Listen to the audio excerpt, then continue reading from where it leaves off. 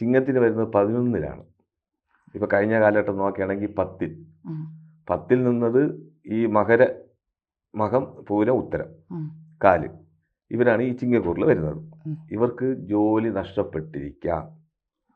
ഇപ്പം ഈ സമയം വരെയുള്ള അവസ്ഥ എന്ന് പറയുന്നത് ജോലി നഷ്ടപ്പെട്ടിരിക്കാം. ഒന്നിലും ഒരു ഉറപ്പില്ലായ്മ, വിദ്യാഭ്യാസപരമായിട്ടൊക്കെ തടസ്സം. എന്തുകൊണ്ടും ഈ വ്യാഴമാറ്റം, അതായത് 2025 മെയ് 14 മിഥുനത്തിലോട്ട് സഞ്ചരിക്കുന്ന വ്യാഴം ചിങ്ങക്കൂറുകാർക്ക് 11-ലാണ്. അപ്പം നക്ഷത്രം എന്ന് പറഞ്ഞാൽ മകം, പൂരം, ഉത്തരം, കാല്. ഇവർക്ക് 5-ാം ഭാവം ദൃഷ്ടി. അപ്പോൾ വ്യാഴന് ദൃഷ്ടി ബലമുണ്ട്. 5-ാം ഭാവം ദൃഷ്ടി വരുമ്പോൾ ബുദ്ധിക്ക് ഉണർവ്, പഠനം, അതും മെഡിക്കൽ പഠനം പറയണം, അതും ഉന്നത വിജയം കൈവരിക്കാനുള്ള അവസരം. വിവാഹാദി കാര്യങ്ങളിലും 11-ൽ വരുന്നത് വിവാഹ തടസ്സം മാറുകയാണ്. പിന്നെ ബിസിനസ് മേഖലയിലൊക്കെ നിൽക്കുന്നവർ, അതിപ്പം നമുക്ക് മർച്ചൻ്റ് വരെ ഏതാണെന്ന് പറയാം.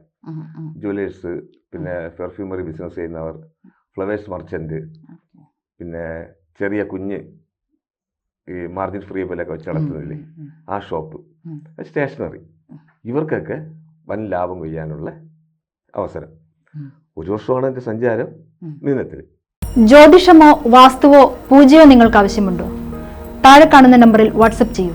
നിങ്ങൾ ചെയ്യേണ്ടത് ഇത്രമാത്രം: താഴെ കാണുന്ന നമ്പർ നിങ്ങളുടെ മൊബൈലിൽ സേവ് ചെയ്യൂ. അതിനുശേഷം ഞങ്ങളുടെ നമ്പറിലേക്ക് വാട്സപ്പിലേക്ക് ഹായ് അയക്കൂ. ജ്യോതിഷ സംബന്ധമായ എല്ലാ ആവശ്യങ്ങൾക്കും ABC മലയാളം നിങ്ങളോടൊപ്പമുണ്ട്. സമ്പൂർണ്ണ ജാതകം, സാധാരണ ജാതകമല്ല, സമ്പൂർണ്ണ ജാതകം. 75 പേജുകളടങ്ങിയ സമ്പൂർണ്ണ ജാതകം 250 രൂപയ്ക്ക് നിങ്ങളുടെ കൈകളിലേക്ക്.